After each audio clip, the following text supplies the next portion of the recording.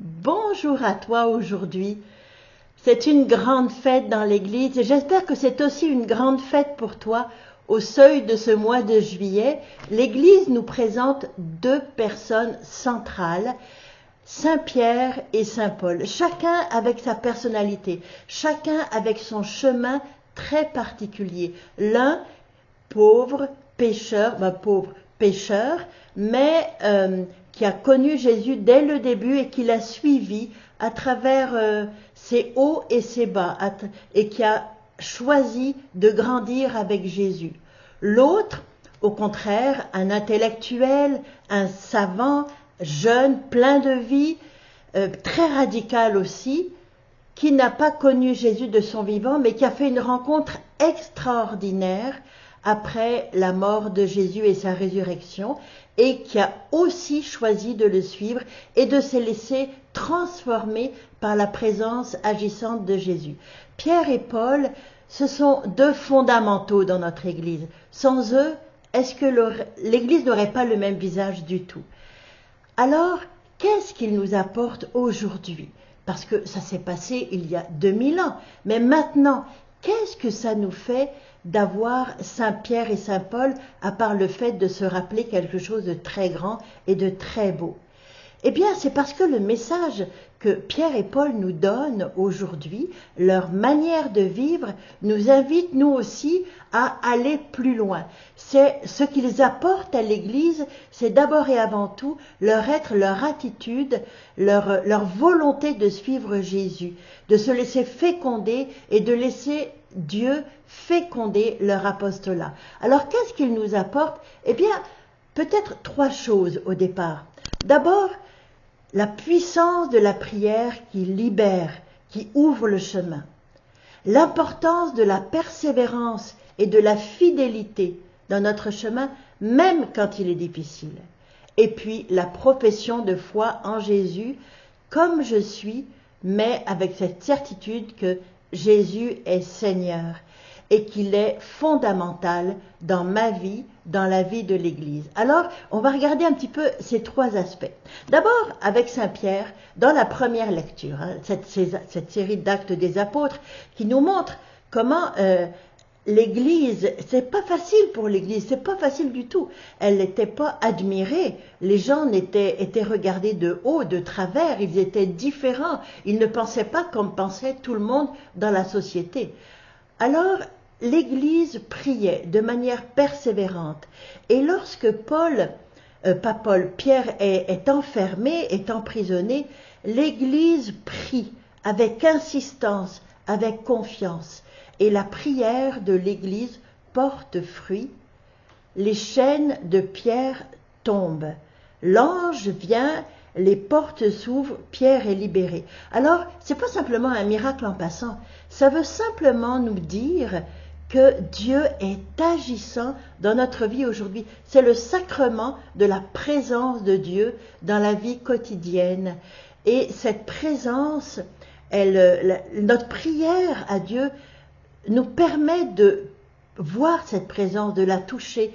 Elle ouvre l'espace à Dieu pour agir. Dieu veut agir, mais lorsque nous lui ouvrons notre cœur et les événements par notre prière, il agit avec intensité. Alors, dans les moments sombres de notre vie, dans les moments difficiles, lorsque nous sommes pris dans des chaînes, que ce soit les chaînes extérieures ou les chaînes intérieures, de notre péché, de nos souffrances morales, de notre incapacité, ou bien des événements extérieurs, n'oublions pas la prière, n'oublie pas la prière, n'oublie pas de t'ancrer en Dieu, puis de demander avec insistance. Et puis, la prière des frères est importante. Alors, ceux que tu connais, que tu aimes et que tu sais qui ont la foi, n'hésite pas à leur demander la prière. On n'est pas obligé de dire toujours pourquoi on veut la prière, mais il est très facile de demander « J'ai un besoin en ce moment, veux-tu prier à mon intention? Veux-tu prier avec moi ?» Des fois, un « Je vous salue Marie », un Notre Père dit ensemble, ça fait des merveilles, un gloire au Père, ou simplement de dire « Seigneur, j'ai besoin que tu agisses pour moi aujourd'hui, ou pour mon ami, pour ma sœur, pour ma mère, Merci de le faire, j'ai confiance en toi. Ça fait toute la différence et puis c'est ça, nous sommes une famille ensemble. Alors, pas de désespoir, pas de découragement, mais une insistance dans la prière, s'ancrer dans la foi. L'Église nous donne des actes de foi, actes d'espérance et actes de charité. Premier acte de foi, Jésus, je crois en toi. Quand le découragement vient, Jésus, je crois en toi. Père, je crois en toi. Esprit Saint, je crois en toi. Ça, c'est extraordinaire. Alors, Saint-Pierre nous montre dans la première lecture cette persévérance de la prière. Saint Paul, lui, ça va être différent. Saint Paul va nous montrer son combat pour la foi. Saint Paul est quelqu'un de très radical. Puis il a vécu beaucoup d'épreuves, beaucoup de persécutions. Il a été laissé pour mort plusieurs fois, mais lui, il a continué à persévérer dans son chemin de foi. Puis c'est ça que Saint Paul nous invite à faire, à regarder, est-ce que je suis prêt pour ce combat de la foi? Quelquefois, je ne sais pas si toi ça t'arrive, mais moi ça m'est arrivé de lâcher prise, de lâcher parce que ça devenait trop difficile de combattre. Quelquefois une tentation devient trop forte et je lâche le combat, je cède à la tentation. Bon, ça arrive, j'ai le sacrement du pardon pour me reprendre, mais une chance que j'ai le sacrement du pardon pour me reprendre, parce que je ne suis pas invulnérable, je cède, je tombe. Mais la persévérance dans la foi, c'est persévérer dans le sacrement du pardon, c'est persévérer dans la communion, aller chercher la force là où Jésus me la donne, à la messe, participer au sacrifice du Christ, communier pour que sa force, sa puissance, sa bonté prennent racine en moi. C'est ça aussi que saint Paul m'invite à vivre. Saint Pierre me montrait le sacrement de la présence agissante de Dieu à travers les événements. Saint Paul m'invite aussi à la présence agissante de Dieu à travers les sacrements de l'Eucharistie, du pardon, l'onction des malades aussi, qui me permet de dépasser, de vivre ma maladie ou ma souffrance, d'être fortifié, d'être consolé. C'est important. L'exigence de la foi, c'est de ne pas se battre tout seul, mais de s'appuyer sur Dieu pour continuer sur le chemin qu'on a choisi, pour persévérer sur le chemin qu'on a choisi. Ça, c'est la deuxième lecture qui nous montre ça. Mais dans la troisième lecture, il y a de l'Évangile, il y a cette parole de Jésus qui dit à ses apôtres, « Et pour vous, qui suis-je » Pour vous, qui suis-je? Alors, à travers cette question, Jésus ne demande pas une réponse théorique forcément.